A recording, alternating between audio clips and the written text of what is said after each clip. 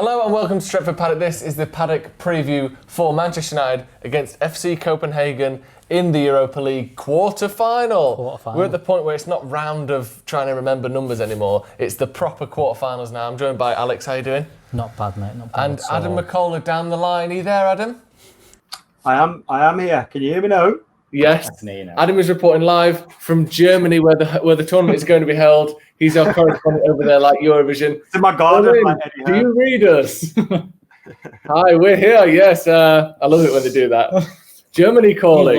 I love Eurovision. I do love Eurovision. How can you not love it? How you doing, Adam? You all right? Yeah. Eurovision's awful, though. Yeah, of course it's awful, but that's why it's great. Has anyone watched the Will Ferrell film about Eurovision? No, absolutely not. I haven't seen it. I was about to watch it the other day, and I thought, I don't want to ruin my opinion of Will Ferrell, so just... Yeah, there's no way it's good. There's absolutely no way it's good. But I tell you what will be good.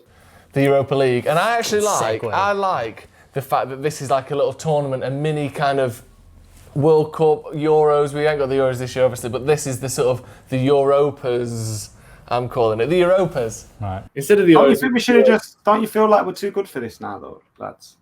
We're a Champions League club, aren't we? So do you know what you are? You're like someone who gets some plastic surgery and then you're looking at your current missus like, I'm too good for this now. We're still in this relationship.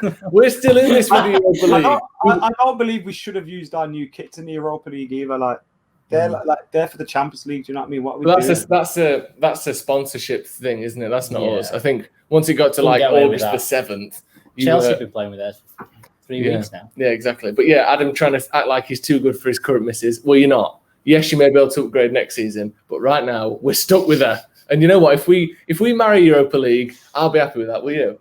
Win. Brackets win. Yeah. Marrying it is winning it. Okay, yeah. Is that winning? Say that again, Adam. To my face this time, mate. Nothing.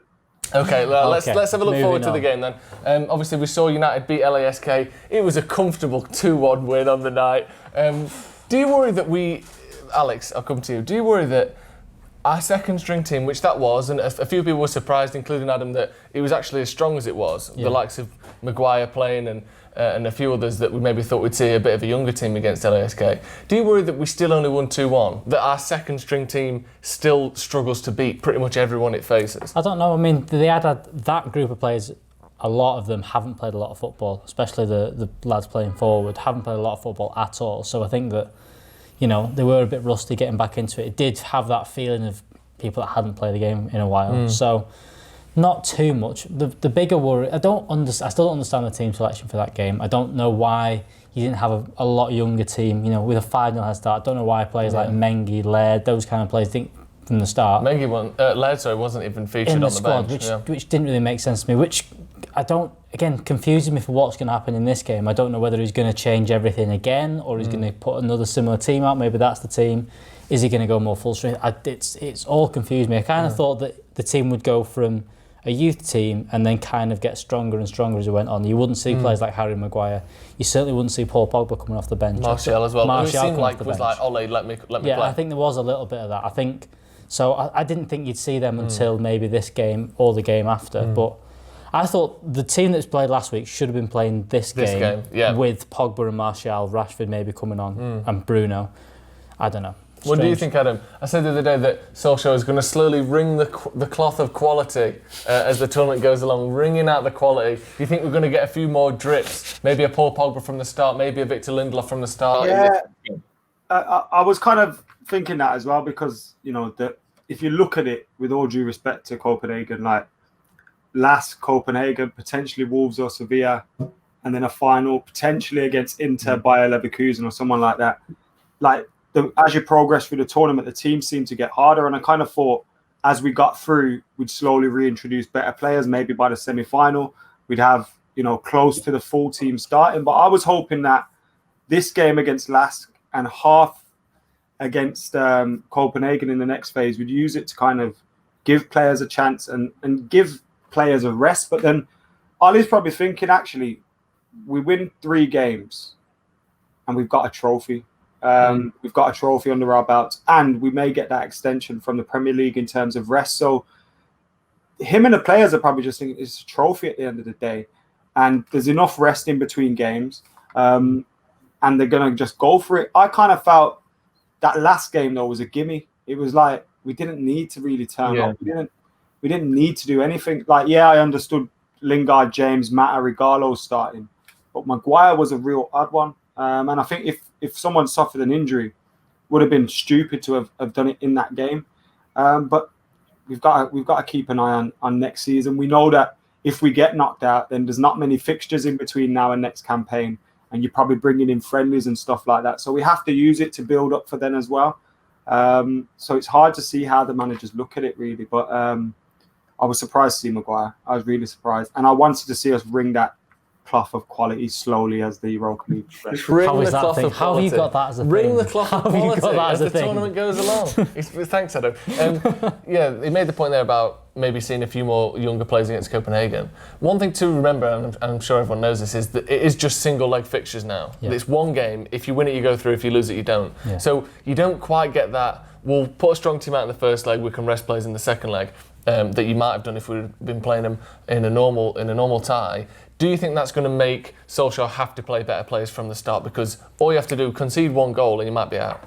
I think a little bit, yeah. I think that, like you said, he could have probably put a stronger team out, or even put a weaker team out at the home leg, see what's going on, and then you go, do you know what, we're 1-0. I mean, a little bit like we did against Bruges, where you kind of played that first leg. It was 1-1, rested a couple of players, and then they came out flying in the next game and won. Was it 5-0 in the end? Something like that, yeah. They won. So you could have done that, whereas you can't do that in the one game. It is just that. And you've seen as well, Arsenal in the last couple of weeks, you know, they won the FA Cup, and it seems like it sort of saved their season. It's made them seem like their season better. You know, imagine you add a good season and getting third place in the Premier League. If you add a Europa League to that, it does lift that squad completely. And a lot of these players haven't won. You know, you have got Paul Pogba in there, and players like that have won trophies here and there.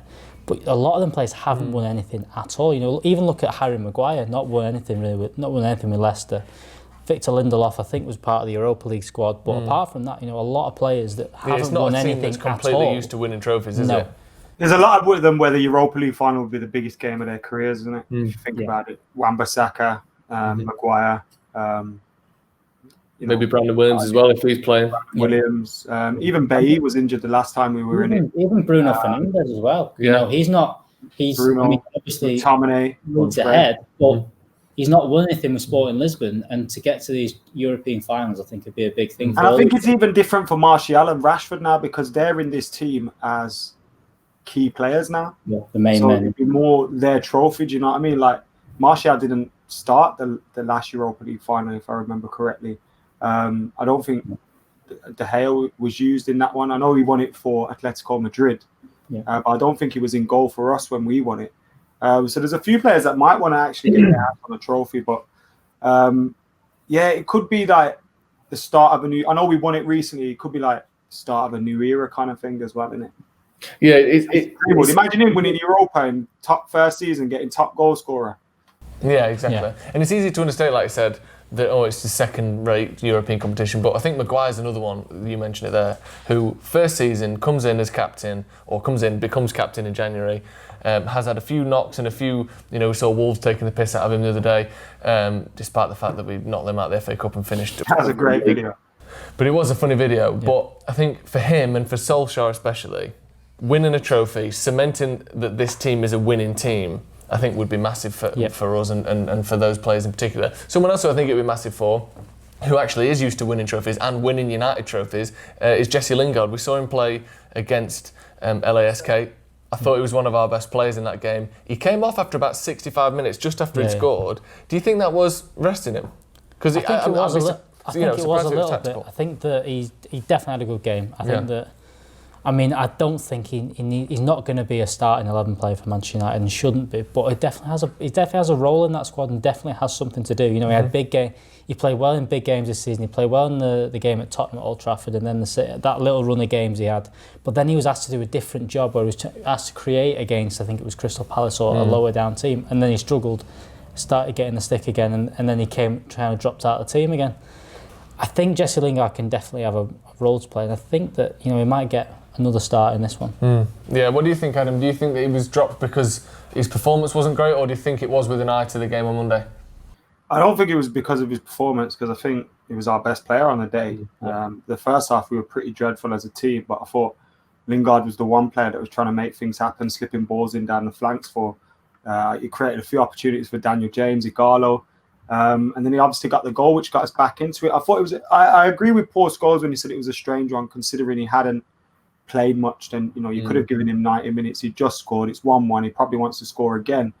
But out of those fringe players that would maybe deserve a start in that Copenhagen game, you'd say it was Jesse Lingard. I think now there's been a lot of rumours about his future this week and in the last couple of months. And I think, from the player himself, he wants to stay at Manchester United. It's whether Ollie thinks he's going to keep him there now. If United are strengthening the team and bringing in the likes of Jack Grealish and Jadon Sancho, then there's no way Jesse Lingard is going to be seen as a first 11 player for Man United.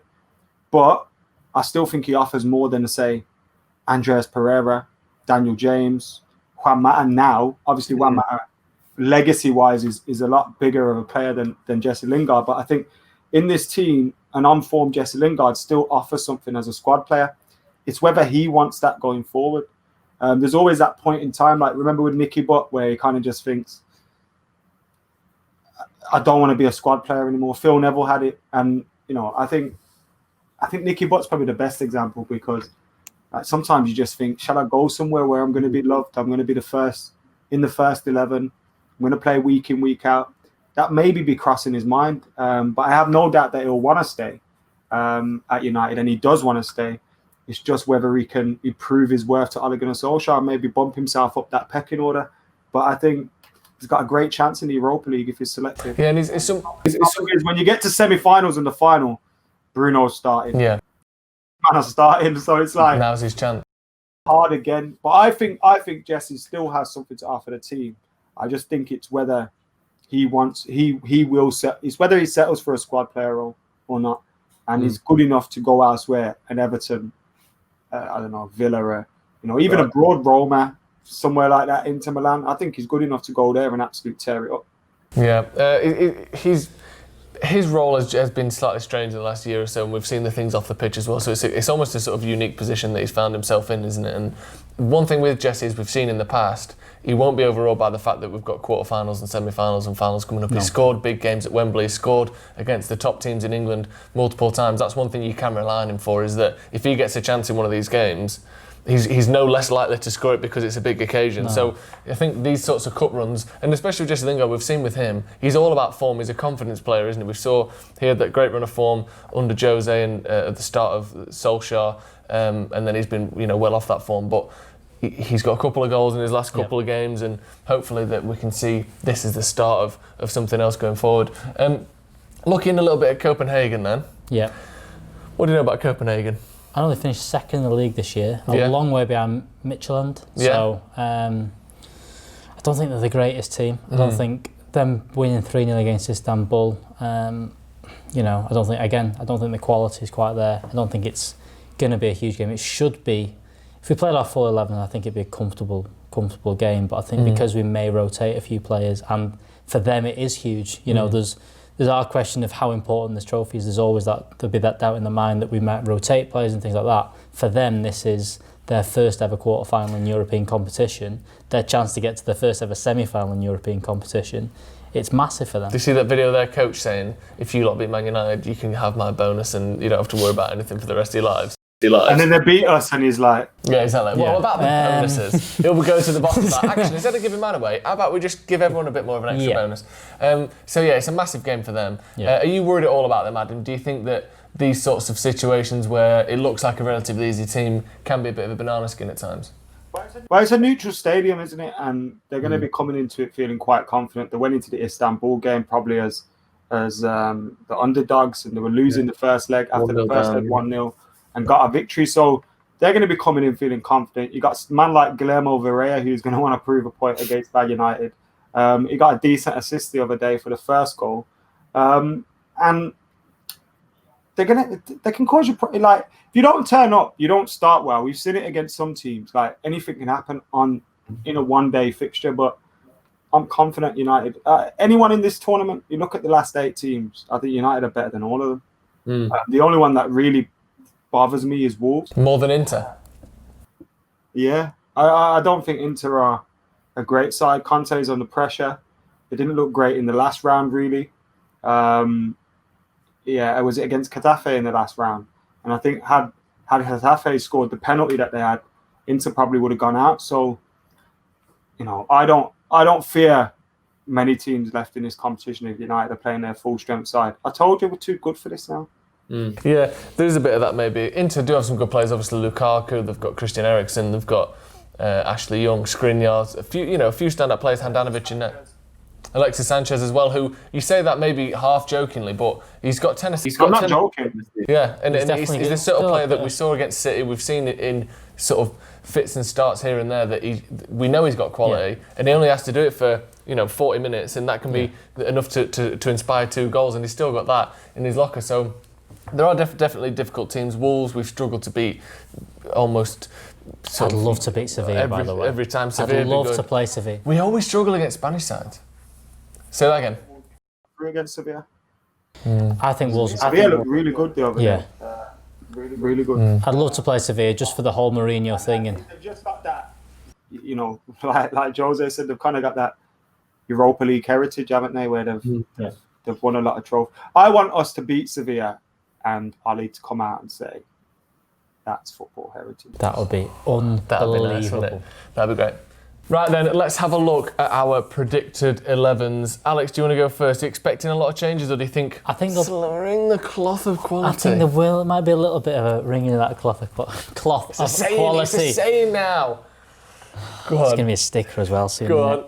Anyway, I think Sergio Romero keeps his place in goal. I think Aaron Wan-Bissaka doing a bit of training after the last game. I think Aaron Wan-Bissaka comes back in. Maguire and Bailly, I think, stay as the centre halves, and I think Brandon Williams stays left back. That's for me. Midfield, I think Fred and McTominay keep their place, and then I think they add the little bit of quality. They add Paul Pogba in there instead of Juan Mata, and then front three of, we mentioned Jesse Lingard on the left hand side, Tony Marshall and Mason Greenwood. Are we not missing the number 10 there? No. What'd you say one? Paul Pogba. Who's your midfield 3? Midfield 3, Fred McTominay and Paul Pogba. Sorry, Pogba at 10. Yeah.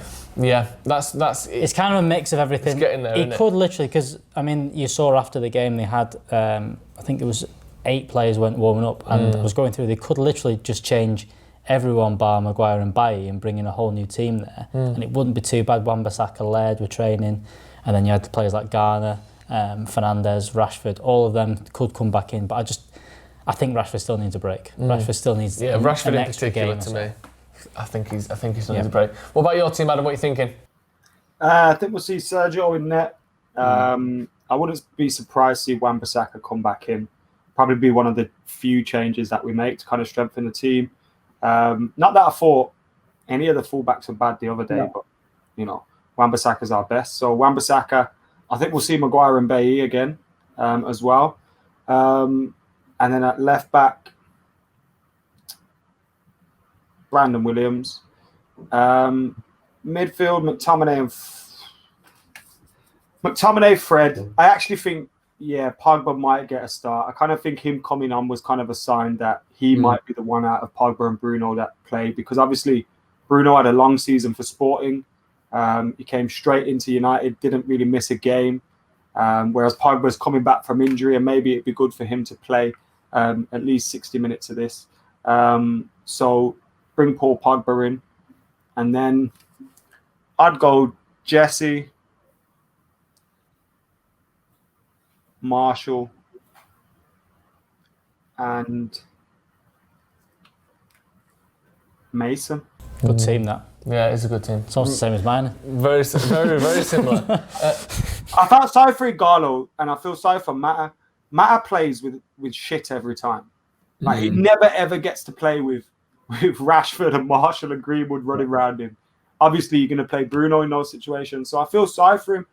And there was a time when the ball was coming out to him, and Daniel James just needed to step over it, and he took it off his toes, and you're thinking, like, Mata must just be thinking, bruv, I'm a grown man, like, get out of the way, do you know? Like, I know what I'm doing, like, move out the way, and I feel sorry for him sometimes. And like Igalo as well, there was a few times where a simple square ball, and he's got a goal, and the ball just doesn't come. And you're thinking, if he's playing with Martial and Rashford or Bruno and Greenwood, them balls are coming across, and Igalo's coming off the pitch with 2 goals. So I kind of feel sorry for them. And me picking Martial isn't because Igalo wasn't great. I thought he did okay with what he had to do, but Martial, come on, and the way he looks at the moment is he's going to score goals. And I actually think Igalo and Martial worked quite well because Martial was coming from deep.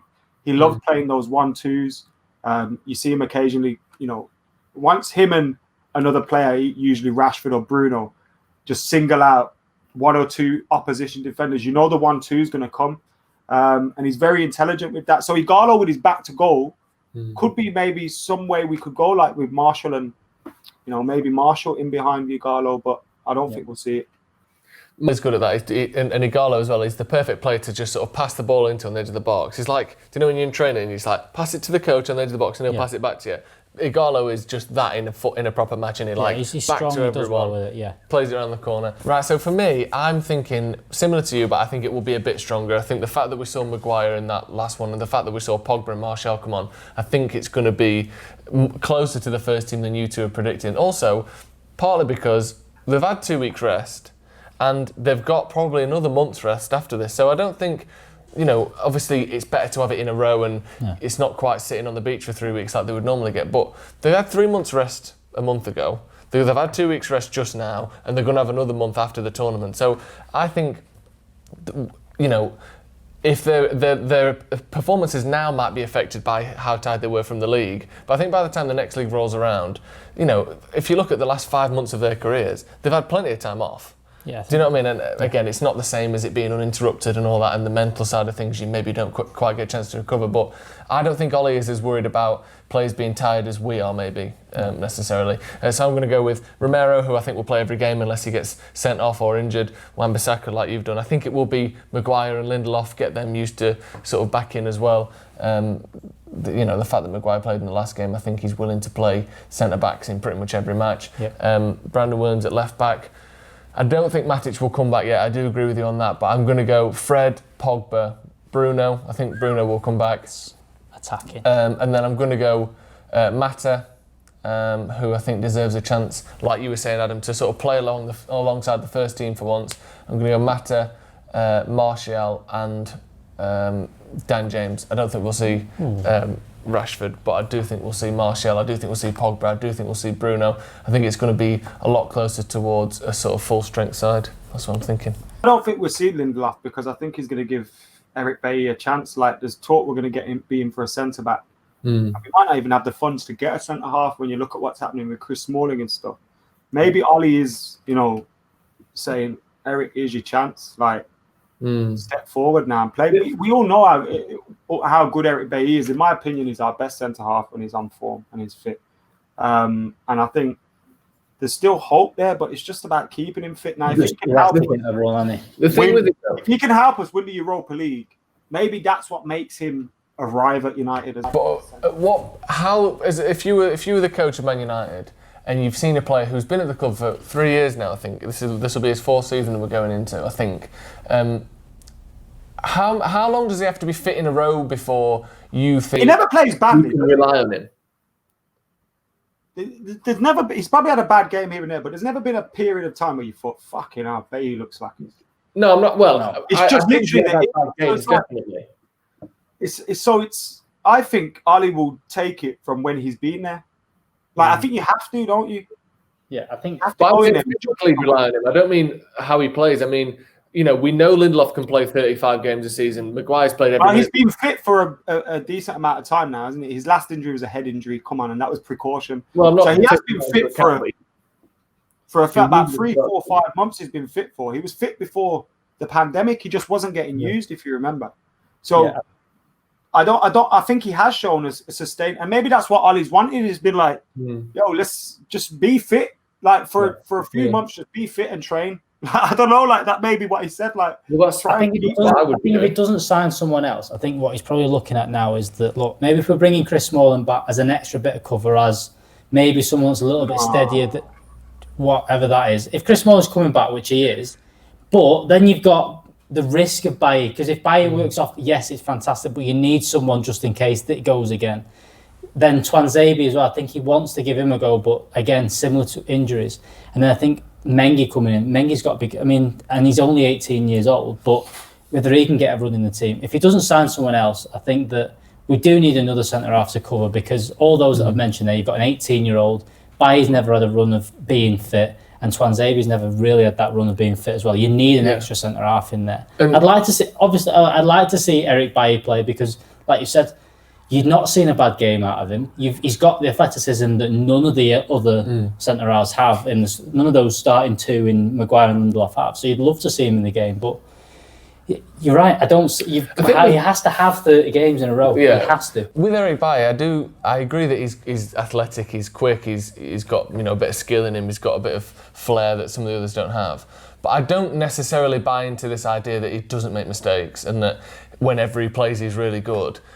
There's a few standout games. Against PSG, he was playing at the right of a back three, I appreciate that, but he was terrible in that game. Like, terrible in that game.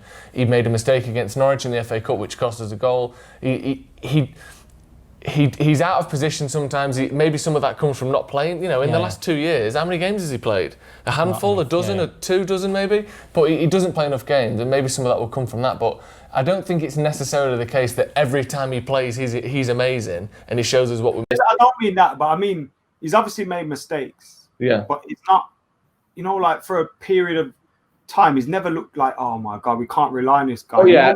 Mistakes behind him quite well, and I think people kind of overrate this or over-egg this kind of, look at Bailly, he's a little bit mental kind of thing. But usually his erraticness works. Like, it's like, it might look mad, but he's doing a clearance. Oh yeah, but it was a bicycle clip. But yeah, he cleared the ball. And it's kind of like, the other day he came, I can't remember what game it was, he came on at half time and everything looked shaky at the back. But then when you actually watch the game, he wasn't at fault for any of that. And it's kind of like people quickly point to, like Maguire next to him will do stuff that's bad and look shaky, but people won't say, he's erratic and he's clumsy. They won't say the same about Victor Lindelof, but we always say it about Eric Bailly. So I kind of don't buy into that. I think he's a lot better than people make out for. He's not just this he is an absolute nutcase, but he's not just that. Do you know what I mean? Like, sometimes the erraticness works for him. And I agree with you. I wasn't situations, and it gets the club out of situations. And I think people look at his madness more than they look at Maguire's mistakes sometimes, I think, or Lindelof's mistakes. And I think it's kind of like these two have been pushed into, yes, our defensive record has improved this season, but I think if we're kind of pushing Maguire and Lindelof into our definite centre-half partnership, I think that's a mistake. I think neither of them should feel comfortable about their spot at the team at the moment, because I agree with that. Going into the Champions League next year, and if they play like they have done in some games this season, we'll get teared a new hole. I don't think they should be either, but I think the one thing we've mentioned Maguire and Lindelof is we can judge them on a 40 to 50 game season, which we can't do with Eric Bailly. You can only judge him on little bits here and there, and that's the problem, is that yes, he does look erratic at time, and like you said, that it's called controlled erratic, if that makes any sense whatsoever. And also, in my criticism of Eric Bailly, I didn't use the word erratic. I don't think. No, I don't mean you. I mean, like, I don't think his. Like, everyone I agree with that's the mistake.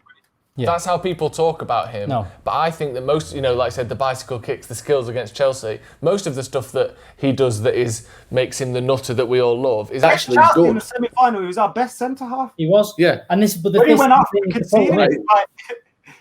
When he went off, we conceded. It's mad. The thing with him that I think is sometimes below par is usually his positioning more than anything. It's his he gets drawn to the ball because he likes to make tackles and stuff. He gets drawn to the ball, and sometimes he gets caught out of position. He leaves gaps in the defence, and that's the only thing that I think is his main problem when he plays. But generally, he is quite good. And I think the thing is that you kind of look at this because he does do 2 mad things in 10 games, but he only plays 10 games. That's the problem. Is that.